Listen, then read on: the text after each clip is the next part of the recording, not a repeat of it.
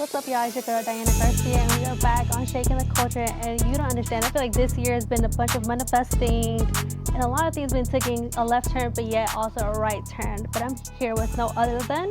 Black Girl Stuff. Yes, on Revolt TV. Yes. How are you guys? We're doing amazing. Thank you for coming and sitting down with us. Thank you, y'all. I told y'all off camera, I was like, I don't know how y'all do this. The lights, the cameras, not the small cameras, it's the big cameras. It's just like, okay, hold on. Let me get comfortable real quick. Right. All right, so go ahead and introduce yourself individually. Okay, I am Kennedy Rue McCullough, and I serve as the correspondent, sometimes guest host for Black Girl Stuff. And I'm one of the hosts, Brie Renee, straight from the A. Yes. It's your girl, Tori Briggs, one of the co-hosts. Yes, Akila Friend, another co-host. Okay, so let's kind of take it all the way to back from the beginning, before Black Girls stuff was a thing. So what were you guys doing before this, before Revolt hit you guys up? For me, I was on radio here in Atlanta. Been on radio for 8 years now, on Streets 945 FM, influencer, YouTubing, just trying to create my own wave in media. Okay. Yeah. I was doing entertainment reporting, so pretty much the same stuff I do now, but just red carpets and events and stuff like that. But I just graduated in 2020, so. Oh, wow. Yeah, so I was just making the transition from college to now, like, full-time in the workforce. No, I feel you. I definitely feel you. Yeah, it's a Transition is something else. The post-grad for shit, they don't talk about that. They don't talk about it. At all. What about you guys? I DJ, so I was internationally DJing, signed with Scam Artists. So I did Dre's, Vegas, Portugal, a lot of places. Also, social media influencing and working with brand deals and stuff like that. And then what about you? I was behind the scenes in media and entertainment. I was a business executive at some streaming services, pretty much, negotiating the deals to buy shows. So buying shows like Black Girl Stuff, promoting them, pricing them out, and serving it to our customer bases. That's so cool. So what made you actually want to be in front of the camera? Like, how you do that 360? For me, it was always a goal. So, Okay. it was very tough, working a full-time job and then driving sometimes an hour out the way in order to do this podcast or host this show. We all have, the hustle and things of that nature that we did, but it was something for a while, knowing that this was a goal, like you have to do both, and have to fit those hours in the day, just thinking through of your long-term goal. Yeah.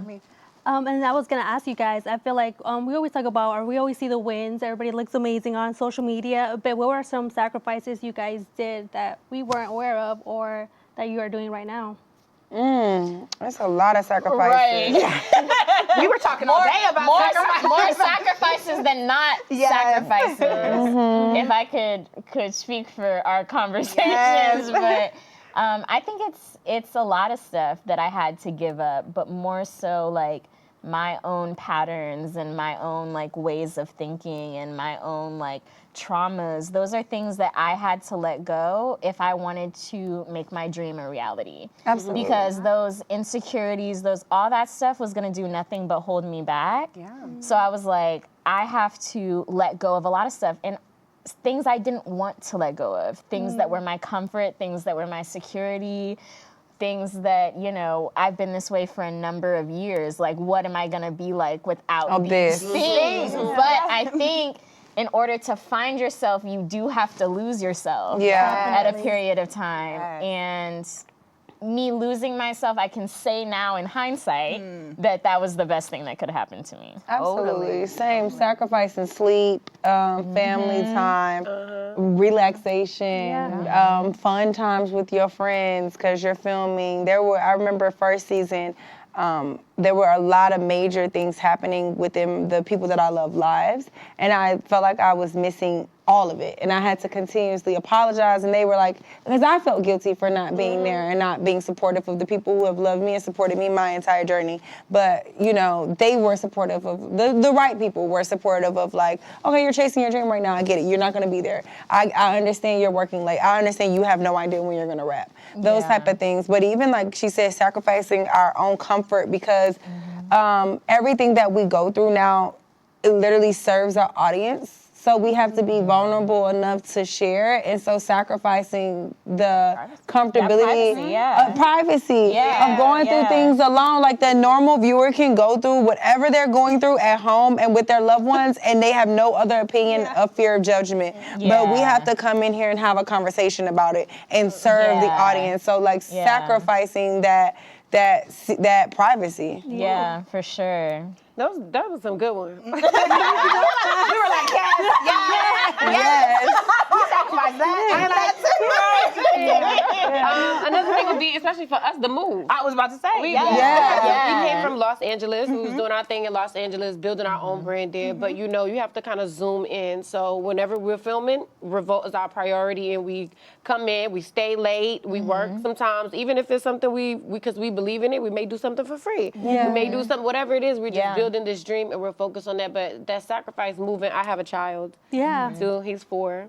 But just moving him here and making him get situated and making sure he's okay, but also pursuing my career. Like that was a sacrifice that was worth it, but it still was a sacrifice. For sure. You mentioned one thing about doing things for free. So what do you guys think about that aspect of things? I feel like once you have a couple thousand followers or, a couple streams, you want to charge people more than Beyonce does, And I understand that. And I do think that you should know your worth and always maintain that. Maintain that integrity within yourself. You're like, I provide a service, I expect this in return. But I feel like a lot of people, when you're just getting started in this industry, you're not always gonna have a 10K deal off the cuff. That's not what you're doing this for. Hopefully you're doing this for because you have a bigger vision of your life and this situation, and you know what I'm saying? Like you see more for it besides the bottom line. Can I be honest? Even when you just a lot of things you do for free end up paying. I was going to say every single opportunity for me, especially even Black girl stuff, came from me doing something for free. Even though, like you said, in the meantime I'm charging my worth from things, but sometimes those end up being long-standing relationships with brands or people where you get paid, but sometimes every single time I did or something major came, it came from something free. So don't be afraid to do something free in the meantime, even if you made it. If you believe in it. I'll say, because it's not just those who are starting out. At every stage, there's something. It's very true. But I want to just say, it can't be a situation where I think this is the one industry that we are almost too okay with charging people. Having people do things for free. The whole internship with no pay. I can't imagine another industry that does that in the same way that media and entertainment does. Or asking and expecting for folks to do more with less. And I think because of that, we are then gatekeeping who can actually take advantage of certain opportunities. It's people who already have X or Y, Z covered that can mostly do those things. I mentioned working and on top of doing a lot of those things for free that end up leading to opportunities such as this, but it shouldn't be that way. So I do think part of changing that is by us also not accepting the free things. Even though we're saying it sets us up, we are setting ourselves up too by doing things for free. Yeah, I was gonna say some of the differences is I didn't do things for free with people that I knew had it. Like big brands doing it for free. No, you have something. I might not charge you the full price up front because I want to build a relationship. My opportunities that came from me doing things for free were me working with across the board. No problem building across. So even though just for example with Black girl stuff, I started a podcast with another young lady in media. Her name was Naima. We started this podcast in 2019 and we were doing it for free and we just were building and necessarily didn't end up being a big major podcast. Well, fast forward to when Revolt moved here and they started RBN, Revolt Black News. She was the first Revolt Black News the first host of it. So when she heard about Revolt putting together Black girl stuff, she pitched me. So that's what I'm saying. It wasn't that I did something for free for Revolt. I did something free networking across. Agreed. And therefore and I built a sustainable relationship that then opened doors for me later on down the line. Absolutely. Yeah, no, I definitely agree because I'm like, that's the way I even got to this place place, just having a genuine relationship. Like, okay, I have this connect. I could connect you with this person. Like when Coco hit me up, like, hey, I want to do something with. So I work with One Music Fest. I'm an executive assistant for their co-founders. So she was like, hey, I want to have Revolt at One Music Fest. I'm like, okay, cool. So we did that, you know. So you guys were able to come to Revolt on One Music Fest. So I'm just like, yeah. I'm like, I still have a 9-to-5 job. I'm in the medical field. I'm like, but I'm busting my ass because this is what I want. Right. Badly, you Well, know. first of all, thank you for even, agreeing to that and having us go to One Music Fest. I think it helps, and now we're here. Exactly. Plant seeds. Right. Exactly. The plant seeds. So you talk about relationships. So how is this industry? You know, this is probably what my first real year in this for real. How is the industry? I want to hear from a female's aspect of Ooh, especially entertainment and music, because I have a history in the music industry as well, being in radio. They're both male-driven. Yeah. They're both male-dominated, so it can be hard as a woman to navigate through space, especially as beautiful women like we are. You know, guys trying to hit on you, guys trying to holler, you trying to like balance of being nice and friendly, but not being flirty where you think that you had a chance. And so for me, that part of it or guys not wanting to give you interviews or not wanting to give you opportunities just because you aren't interested in them. Yeah. So I have noticed, and it has changed my perspective on male leadership drastically. Like, I do not value it as much as I did prior to, because I see that guys don't always think with their big head. They be thinking with the little head. Yeah, so it's like, oh, you won't even get business done because you too busy worried about hollering at a girl. Versus the women that I see in the industry move, like, even though they're few and far between, because it is a male-dominated industry, the women handle business fair and logically, versus that's not what you hear from, you know what I mean? Yeah. We hear that women are emotional or can't make good decisions or move, but I see women moving more like that versus the men. They are usually either putting in position women that they messing with or want to mess with, or they put you in a position because they want to see if they can holler. It's never genuine business moves. I don't see that as much, unless the man is like way older and married. And sometimes they still be full of shit. Do you feel like that's just in Atlanta or that's in different places? Because I feel like Atlanta just has a whole different vibe to it. Nah, I feel like that in LA too, because I was bi-coastal before the pandemic for 2 years. So even in LA, the guys in LA was trying to holler. I was like, what about you guys? You guys lived in LA. How was the scene over there?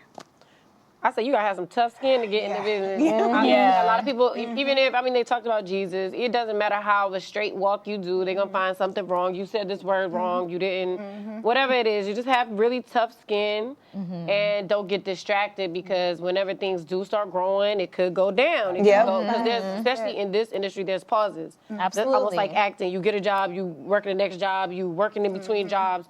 So just don't get distracted where you're not being consistent, and don't let outside noise get in, because that's the hardest part. Putting out shit that you believe in, and then you letting them tell you how the fuck you should feel. That don't make sense. Right. Yeah. And like you said, building your own thing, that's the biggest thing between the pauses, is consistently always building your own. So when a job isn't there, or when a job doesn't, like she said, as soon as they yell cut, we all fire. That's it. We're all looking for our next job. And so to build your own in between time, I think that now 8 years into the industry, I'm just realizing like, okay, you have to have your own thing. 8 years into it. So how long have you been in the industry for? All her life. I started as a childhood actor, so I've been doing this. Action. No, whatever. Hey! What am I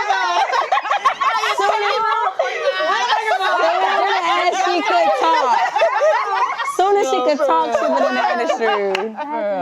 Since I was a kid. My mom was a manager. She used to manage comedians when I was younger, and my dad's a writer, comedian, actor. So I kind of grew up in the industry, but it was for sure always something that I wanted to do myself, and I said I wanted to do, but my parents were tough. They were like, this is your job, so take it seriously. Like, they reared me with a very, very strong work ethic, which, people don't talk about, like, people love to say like our age is like lazy and like blah blah blah. I could worked. never relate. I could never ever relate to that. No, for sure. So no, but I knew I wanted to do this. I did my first red carpet when I was 5 at the Kids' Choice Awards for Access Hollywood.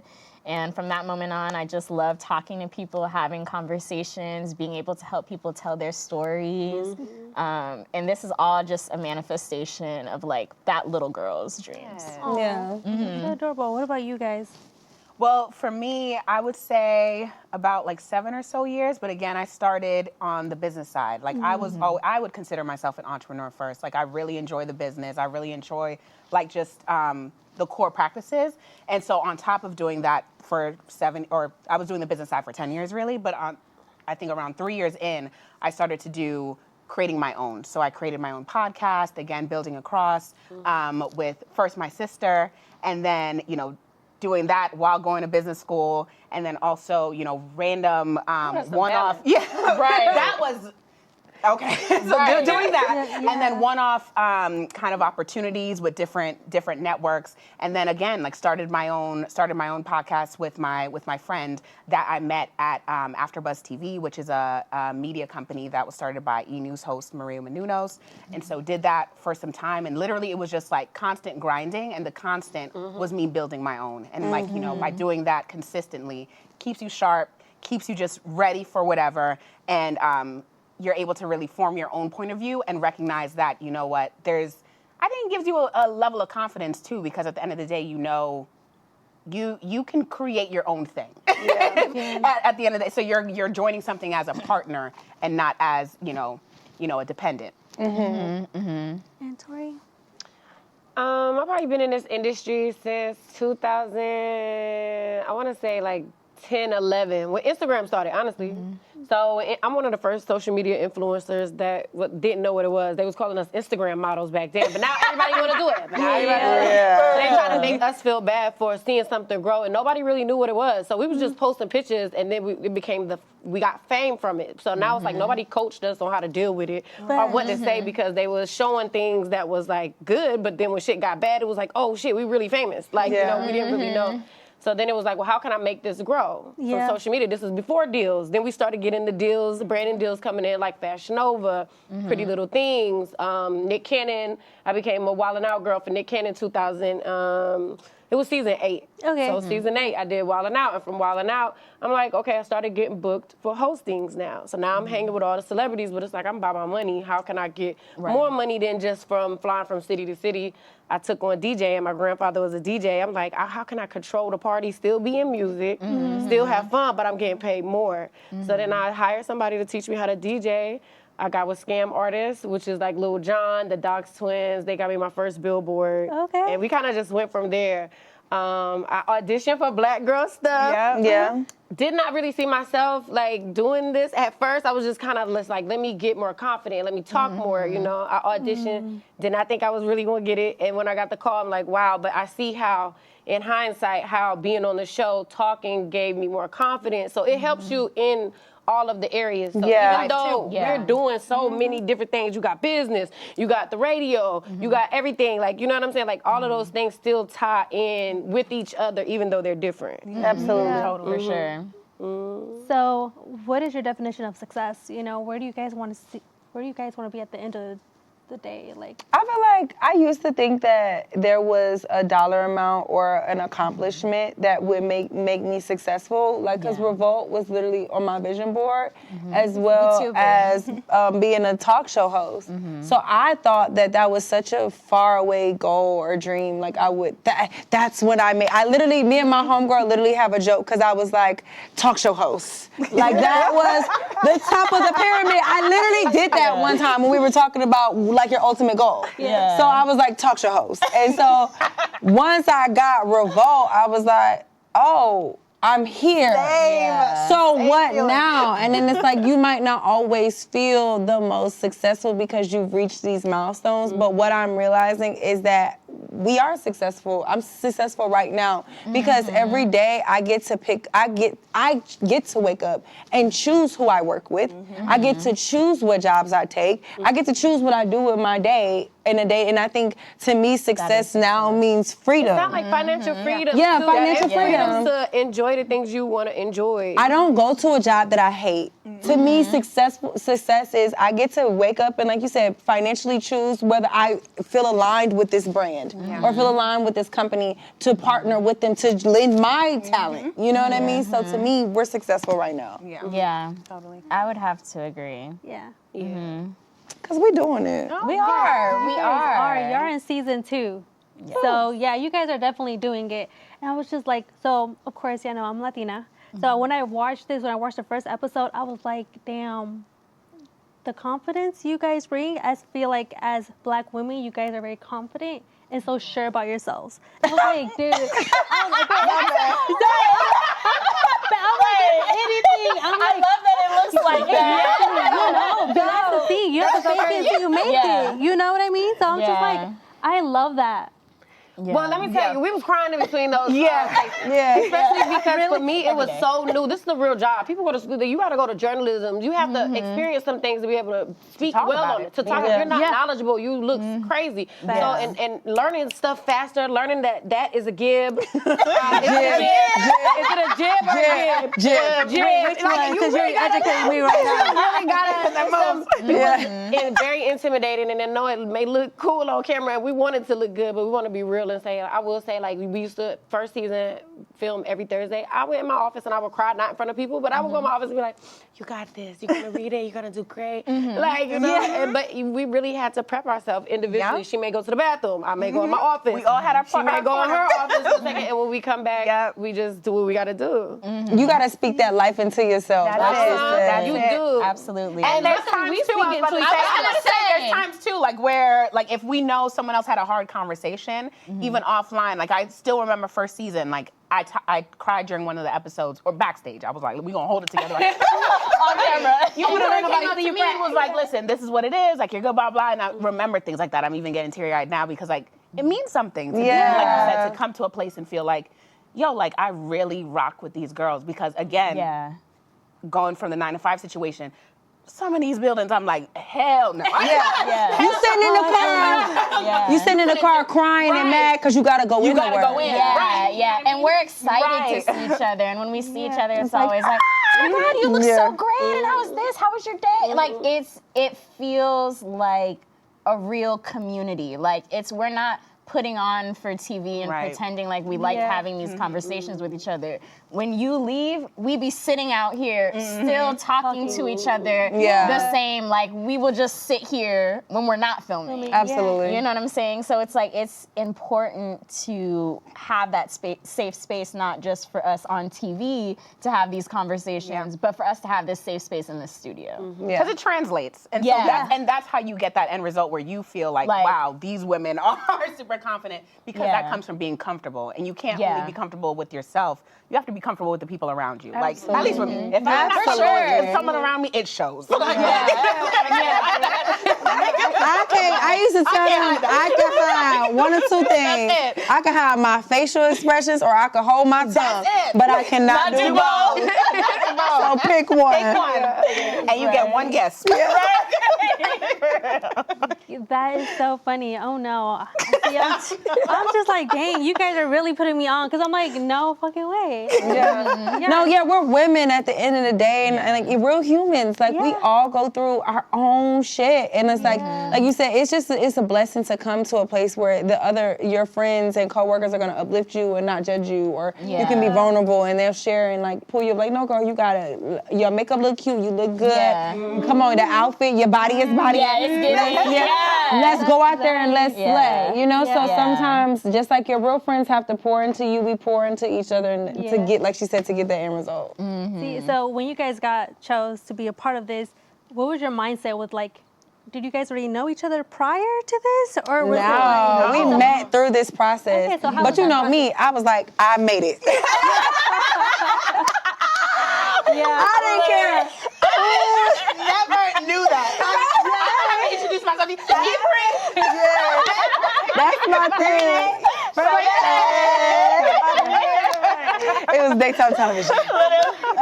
No, but yeah, like meeting each other through this process. I think me and Tori clicked the first audition we met, and I was like, I don't know, you cute, I like you. Let's hang out when you come back to Atlanta, even if this don't pan out. And she was like, okay. We exchanged information, but we never like, you know how you be like, okay, we'll link. But then as the process went on, we were like, okay, I really like you. And then Akilah came. I met Akilah like the second round of auditions, and we were like, I was like, okay, I liked her. She's smart, and I like how, yeah. And even when I look back at certain like season 1 in certain episodes, I'm looking at how, as I'm listening to Akilah answer, I'm often intrigued by her, and I love my genuine responses. It was something, something she said, and I love that they caught it on camera in season 1. I was like, okay, like tell me more, because it was a completely different opinion than perspective of what I had. But I'm just always intrigued by her answers and like, okay, tell me more, girl.